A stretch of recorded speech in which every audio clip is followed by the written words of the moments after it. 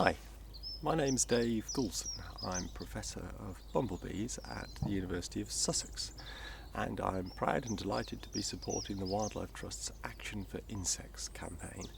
Insects, sadly, we know are in rapid decline, and that's something that should be of great concern for everybody, because insects, they make up the bulk of life on Earth. They are food for an enormous number of other creatures, things like birds and many bats and frogs, and they perform all sorts of other roles in ecosystems too, things like pollination and recycling nutrients, keeping the soil healthy, being predators of pests, and so on and so on. Essentially, we couldn't survive without insects, and so we need to look after them. And so this campaign is to try and persuade everybody to play their part. If we all pull together, it's not too late.